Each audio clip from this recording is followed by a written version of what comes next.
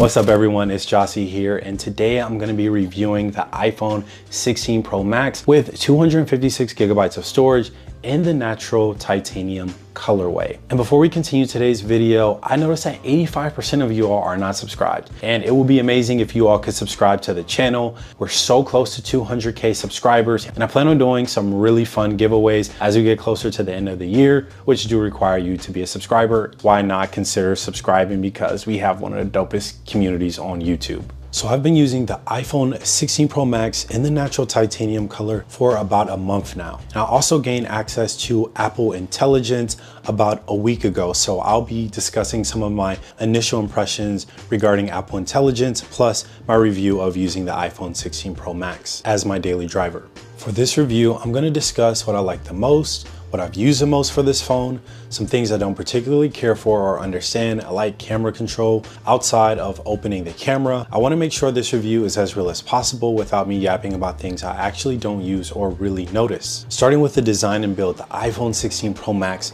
looks so good. It really is identical to the 15 Pro Max, which was also a beautiful phone. But I thought I would go with the rose gold color and make a more interesting choice, but there's something about this natural titanium that was calling my name. Maybe I'm just a sucker for silver, because I also have a silver Samsung Galaxy S24 Ultra, and you can see these phones side by side. They both look so clean. But enough about the S24 Ultra. This is the iPhone video. The display is a 6.9-inch XDR Retina display compared to the 6.7-inch XDR Retina display from the 15 Pro Max. Can't imagine myself going to just a Pro model after using the 16 Pro Max. I've gotten used to the size.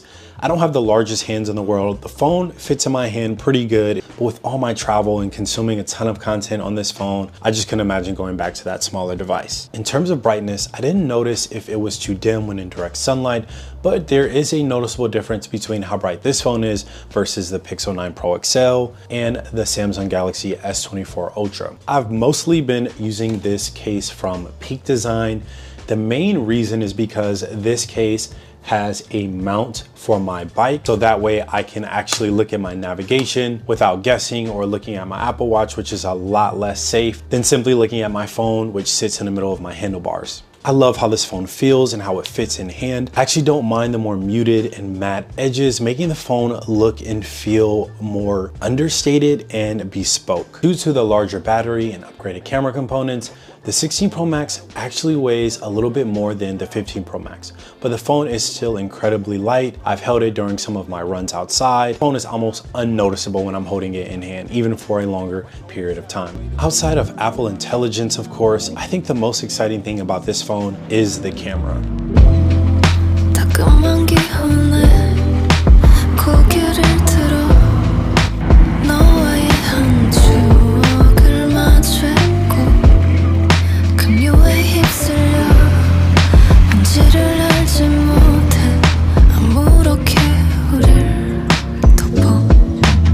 I find that the details in the wider angle camera with the larger sensor does let in more light. It performs well enough in low light settings that I rarely find that the footage or the pictures aren't usable for posting on social media. The new Fusion main camera is just chef's kiss. I love how consistent the picture quality is when using the 48 megapixel main camera. And for reference, in my camera settings, I do have ProRAW Max toggled on, which gives my pictures more details with a higher resolution. This is due to the fact that the pictures contain more pixels, containing a more highly detailed image. You're gonna have larger picture files, so keep that in mind. There is a new 5x telephoto optical zoom that's so clean, and I find that I use it for when I want to capture details of landscapes. Like when my wife and I went upstate, I wanted to get the details of the mountains, or when I see a building when walking around New York City that catches my eye, because I'm a bit of an architecture nerd. When comparing in my home office, just simply taking a picture of this plant behind me, I did notice that the 2x zoom brought in more light and was less pixelated than the 5x zoom. Moving on to camera control. Now, at first, I really did not use this button at all.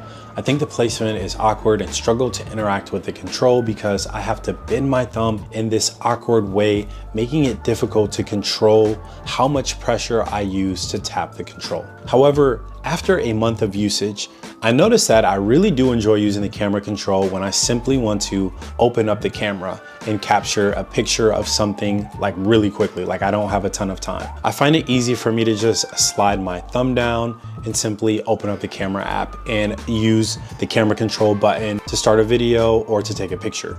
I thought that I would use camera control more when it comes to shooting landscape and that it would feel more natural, but it still isn't because my pointing finger is just a bit too short to naturally swipe through the controls. Now, my favorite feature is the new photograph style settings, offering a more deeper customization so you can perfect the look and feel of your photo right in the Photos app. As a Black person, I greatly appreciate this feature. Sometimes photos cannot look as natural as you like with a darker skin tone, but luckily with this feature, it allows you to perfect the tone of the picture using this D-pad. Now, to take this a step further, you can go into the camera settings and actually set a default photographic style for all of your pictures. You simply select 4 of your favorite photos of yourself or whatever you typically take pictures of. Then you can swipe through the different styles. My favorite right now is rose gold, which I was not expecting, but it's a great photographic style for fall. Then you can customize the tone and color. After that, you can save the style. And now when you take your pictures, they will be saved with that style, or I like to think of it, that picture profile. Now that we've discussed the minimal changes to the design of the 16 Pro Max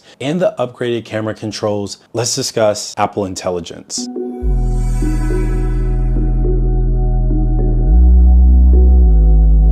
Starting off with Siri's glowing upgrade. By simply pressing on the side button, Siri will prompt with a new glow feature that is a nice subtle visual effect for an interaction with Siri. I appreciate the visual cue that Siri is listening and that it's not just a nice visual animation, but can be helpful when you're in noisier environments and need feedback to know if Siri is listening. I've used the conversational experience more often because it's a great way to perform actions without the need to open an app or even unlock my iPhone 16 Pro Max, like when setting reminders or timers. For the ChatGPT integration experience, double tap the bottom of your phone. While this feature opens a ChatGPT integration, I found myself using this experience less than expected due to inconsistent responses and the frequent, sorry, I don't understand, toast message replies from Siri, which is more likely due to iPhone's ChatGPT integration being an on-device versus in the cloud like the ChatGPT application, where all your interactions are processed on OpenAI's servers. Jumping into the camera AI feature cleanup, which allows you to erase any unwanted objects in your photographs. When comparing it to the Pixel 9 Pro XL's eraser tool, for example, not only does it give you a glowing animation for objects it recommends for you to erase, staying on theme with the glowing Apple Intelligence, but it also worked a lot faster than the Pixel's eraser and did just as good of a job erasing the object. I've used summaries for longer text messages, group chats. It just is a nice way to save time instead of going back and reading through old messages to build context around what everyone's talking about. Now, it doesn't do a perfect job. For example, I'm in this really big group chat with a ton of my cousins, and the summary stated that we're planning a trip to Kenya and considering Johannesburg as a potential destination, which clearly Johannesburg is not in Kenya, it's in South Africa. Summaries can also be a great way to get a high-level overview of notifications per application. Like for example, I'm in way too many fantasy leagues, and it's nice to be able to see a summary of my fantasy league notification for the Sleeper app because I have 3 to 4 leagues in just that app alone. When Apple introduced the writing tools, I kind of just glossed over them and really didn't care too much because I've been using writing tools with Gemini and Gmail and Notion for a while. However, the writing tools integration in the Notes app has been great to use. Like when I was in Palo Alto last week, there was a ton of information that I needed to gather in a short amount of time for this presentation about the updates to Google Maps. I was able to distill that information from my Notes app into a 2 to 3 sentence summary. Also, using the writing tools to organize your notes is a massive time saver as well. I have 2 wireless charging pads on my desk alone, so my iPhone 16 Pro Max is rarely dead, but the battery life is solid and can last you a full day. The iPhone 16 Pro Max impresses with its sleek design, powerful camera system, and innovative AI features. The natural titanium finish and larger 6.9-inch XDR Retina display offers both aesthetic appeal and functional improvements. The camera system, particularly the 48 megapixel Fusion main camera and the new 5x telephoto optical zoom lens, delivers excellent image quality and versatility. The introduction of Apple Intelligence brings useful features like an improved Siri interaction, AI-powered photo editing, and efficient note-taking. While there are some minor usability concerns I had, overall the iPhone 16 Pro Max is still a It's still a top tier phone, if not the best phone still. And to be honest, it's a lot more fun to use now that I have some of the Apple Intelligence features. Now this makes it a compelling choice for those seeking a premium mobile experience, offering amazing camera functionality with more Apple Intelligence features as we get closer to next year. I hope you all enjoyed this video. Be sure to give it a thumbs up, it helps out with the algorithm. Comment down below your thoughts on the new 16 Pro, 16 Pro Max, the new iPhones for 2024, along with Apple Intelligence. Like, are you impressed with it or not? As always, have a blessed rest of your week. I'll see you all soon. Peace.